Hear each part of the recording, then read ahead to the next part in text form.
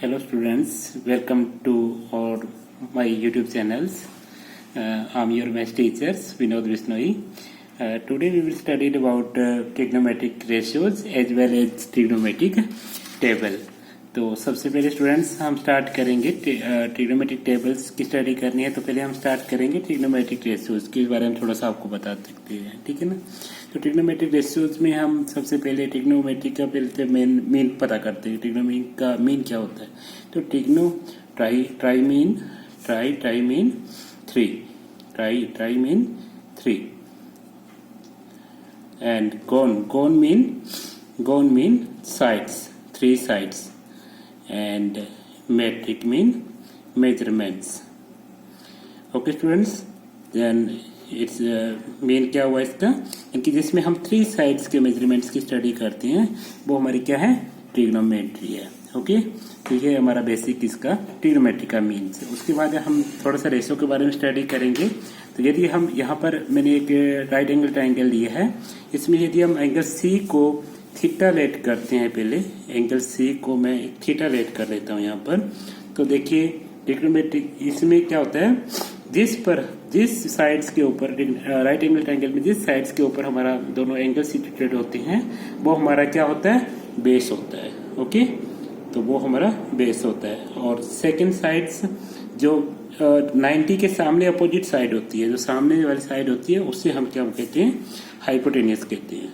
Hypotenuse कहते हैं। Okay and जो हमारा एंगल होता है, एंगल के जो अपोजिट साइड होती है वो हमारा परपेंडिकुलर होता है। ओके स्टूडेंट्स, तो आई थिंक मुझे आपको समझ आ गया होगा। सबसे पहले तो हमें इसमें ख्याल रखना है, ये हमारा जो हाइपोटेनियस होता है वो तो फिक्स होता है, सबसे बड़ी साइड होती है वो हमारा हाइपोटेनियस होता है, 90 के सामने की साइड से हाइपोटेनियस होती है। ओके बट ये ध्यान रखना कि जिस पर दोनों एंगल सिचुएटेड होते हैं वो हमारा क्या होता है, बेस होता है। ओके तो वो जिस पर हमारे दोनों एंगल सिचुएटेड होते हैं वो हमारा बेस होता है और उसके सामने वाला साइड परपेंडिकुलर होता है। तो इसमें भी हमें ध्यान रखना है। सबसे पहले हम स्टडी जैसे फर्स्ट रेशो हमारा ट्रिग्नोमेट्रिक रेशो होता है साइन थीटा। ओके तो साइन थीटा का रेशो, साइन थीटा इसमें थ्री रेशोज की बात करते हैं हम, sine theta, cos theta and tan theta के बारे में। ओके तो इसमें हमारे पास एक वो सिंपल सी शॉर्ट ट्रिक है जिसको याद करने की रेशोज की। इसमें क्या होता है हमारे पास में, पंडित बद्री प्रसाद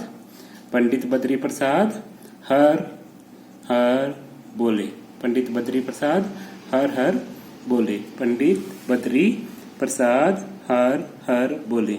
तो इसको याद करना बहुत सिंपल हो जाता है इसकी वजह से। ओके तो इसमें देखते हैं हम साइन थीटा के इक्वल देखते हैं परपेंडिकुलर का हमारा यदि नेम लिखते हैं तो परपेंडिकुलर क्या है, यहाँ ए बी हमारा परपेंडिकुलर से। ओके और हाइपोटेनियस अपॉन क्या है, हाइपोटेनियस का नेम हमारा ए सी, तो ए बी अपॉन ए सी क्या हो गया हमारा साइन थीटा का, जो साइड होगी वो हम पुट कर देंगे।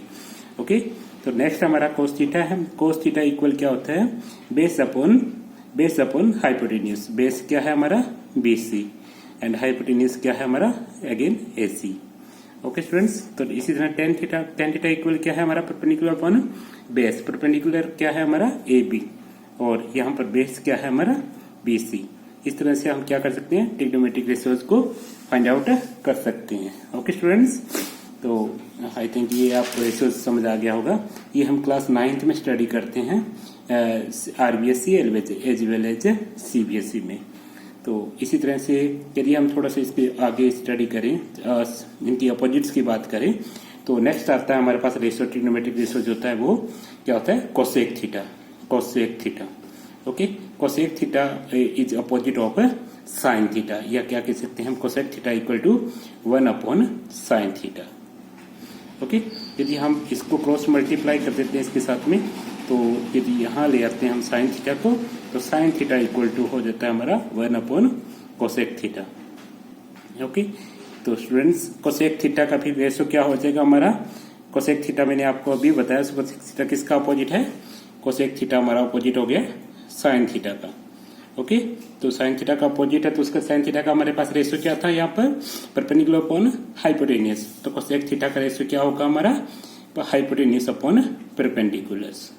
ओके इसी तरह से देखिए नेक्स्ट हमारे पास रेशो होता है, वो होता है हमारा सेक थीटा।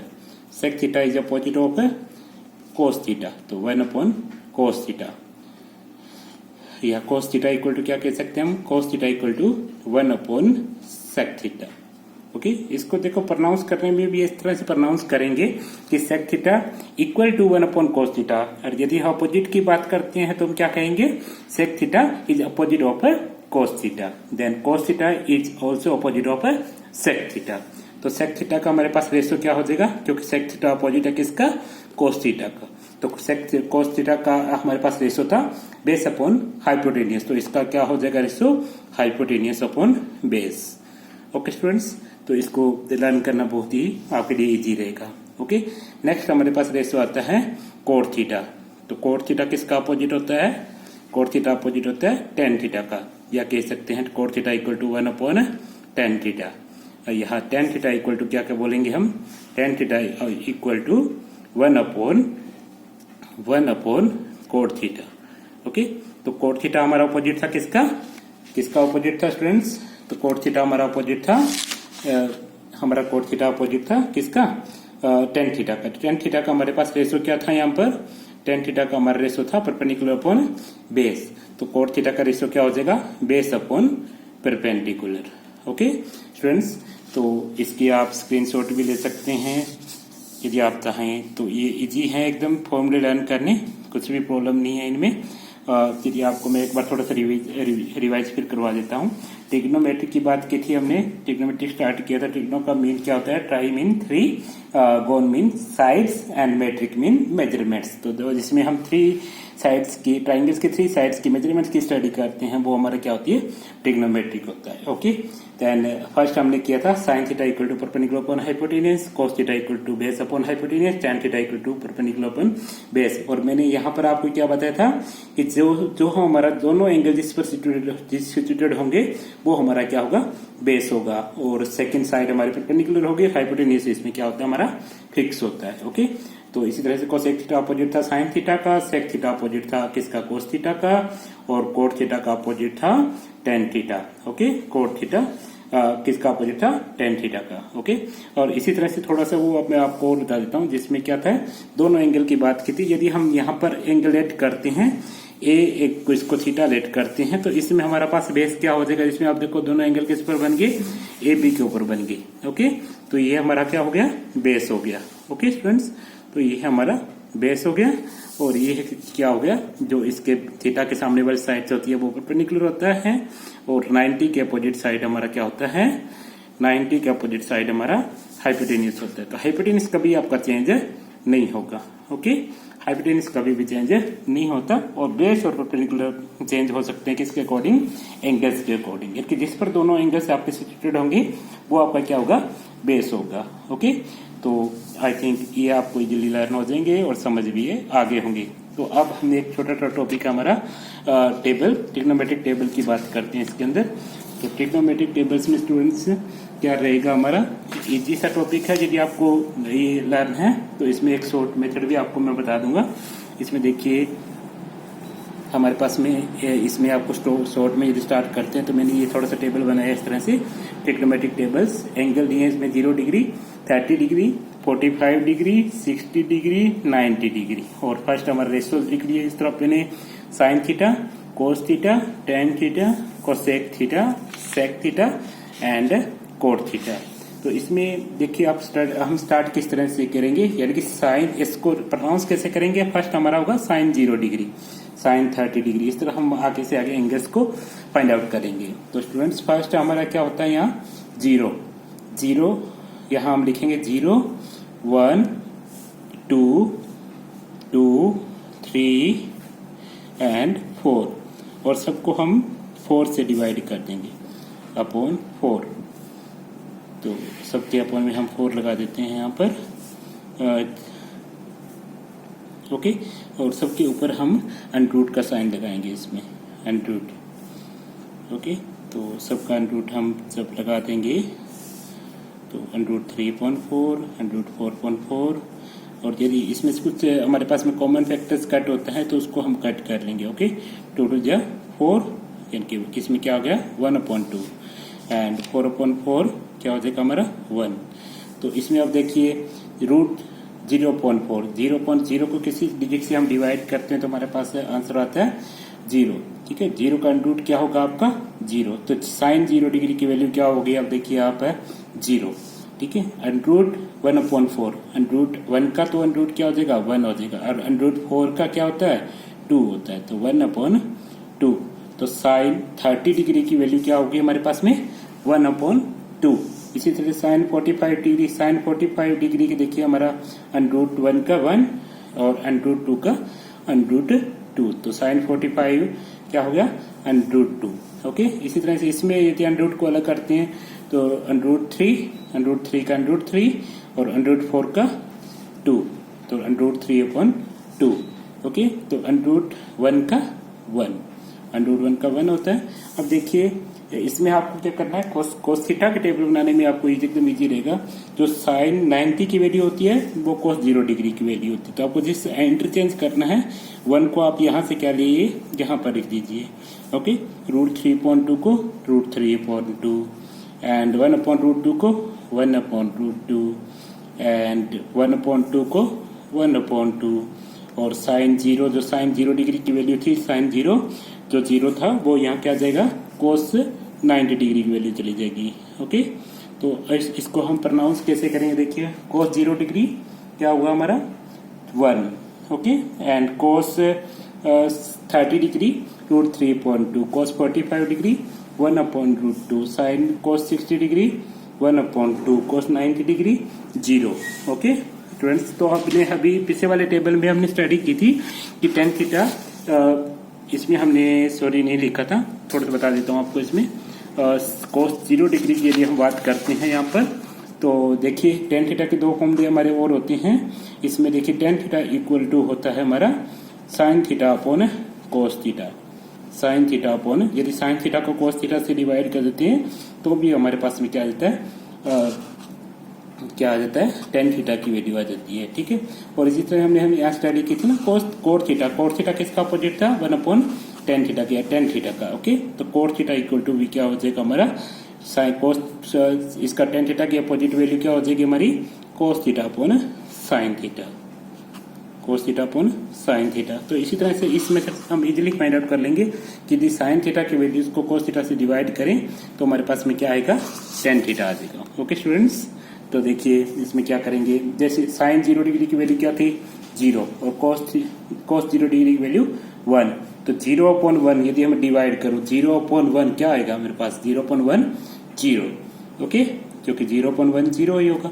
और इसी तरह से देखिए 1/2 को रूट 3/2 से डिवाइड करें तो 2 से 2 कैंसिल आ जाएगा अपॉन में डिनोमिनेटर्स में, और क्या बचेगा हमारा 1/√3। तो हमारे किसकी वैल्यू होगी ये 10-30 डिग्री, 10-30 डिग्री 1/√3। ओके, और इसी तरह से ये दोनों सेम है हमारे, तो साइन 45 और कोस 45 को डिवाइड करते हैं, दोनों सेम डिजिट से सेम को सेम से डिवाइड करते हैं तो हमारे पास में कोएफिशिएंट क्या आ जाता है 1।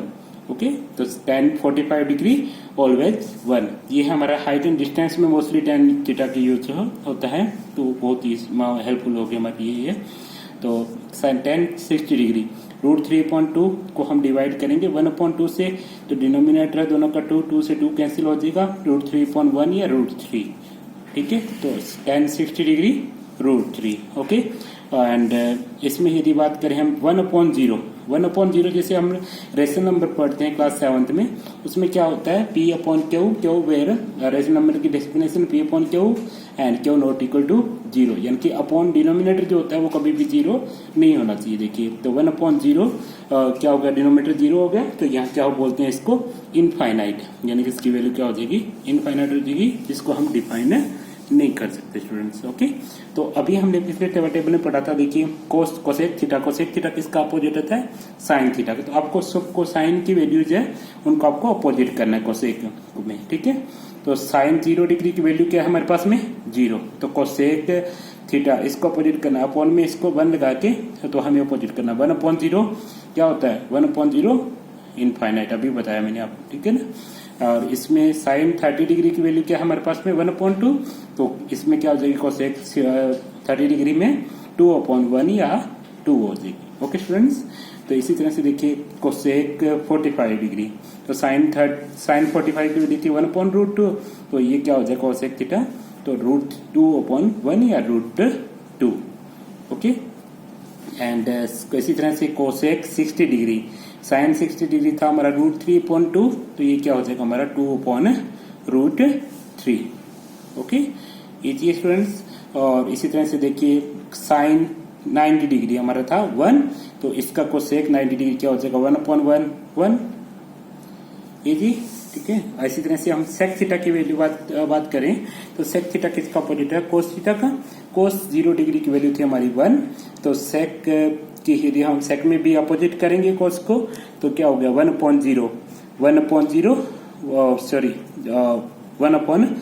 करेंगे तो क्या होगा 1, तो कोस सेक का 0 डिग्री 1। ओके, एंड इसमें यदि कोस 30 डिग्री थी हमारा √3/2, तो ये क्या होगा 2/√3। ओके स्टूडेंट्स, इसी तरह से कोस 45 की वैल्यू थी हमारे 1/√2, तो इसमें क्या आ जाएगा √2/1 या √2। ओके, इसी तरह से देखिए यदि कोस सेक यदि हम 60 डिग्री की वैल्यू की बात करें तो कोस 60 हमारा था 1/2, तो ये हो जाएगा 2/1 या 2, तो सेक 60 डिग्री 2। सेक 90 डिग्री से कोस 90 था हमारा 0, तो इसको यदि अपोजिट करते 1/0 क्या होता है हमारा इनफाइनाइट, तो सेक 90 क्या हो गया इनफाइनाइट हो गया। ओके, इस तरह से कोट थीटा की बात करें तो कोट किसका अपोजिट होता है 10 का अपोजिट होता है, तो या तो हम देखिए 10 को अपोजिट कर देते हैं और देखिए 1/0 है यहाँ, तो इसको 1/0 करेंगे तो क्या आ जाएगा इसमें इनफाइनाइट आ जाएगा। 1/√3 है 10/30 की वैल्यू, तो कोट 30 की वैल्यू हो जाएगी हमारी √3। ओके, इसी तरह से देखिए 10/45 था हमारा 1, तो कोट 45 हमारा हो जाएगा 1/1।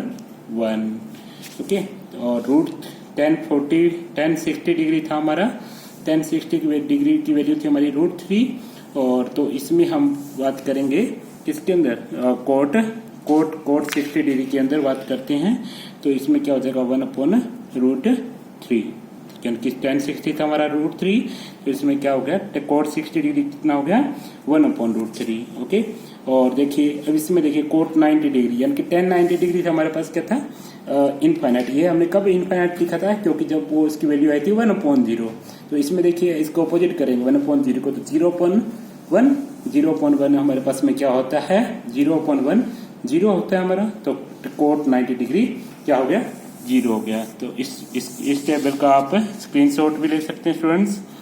इसमें थोड़ा मैं सेट कर देता हूँ आपके लिए, और इसको इस तरीके से यदि आप लर्न करते हैं तो इसको लर्न करना बहुत इजी हो जाएगा। यदि आप ध्यान से इस वीडियो को आप रिपीट करके बार बार आप समझ सकते हैं, और इसमें आप इसको यदि आपको पसंद आए, आपको अच्छा लगे तो इसको लाइक करिए, सब्सक्राइब कीजिए और अपने दोस्तों के साथ इसको शेयर कीजिए ज़्यादा से ज़्यादा। और इसी तरह से मैं आपको आगे से वीडियो लाता रहूँगा। Thank you for watching.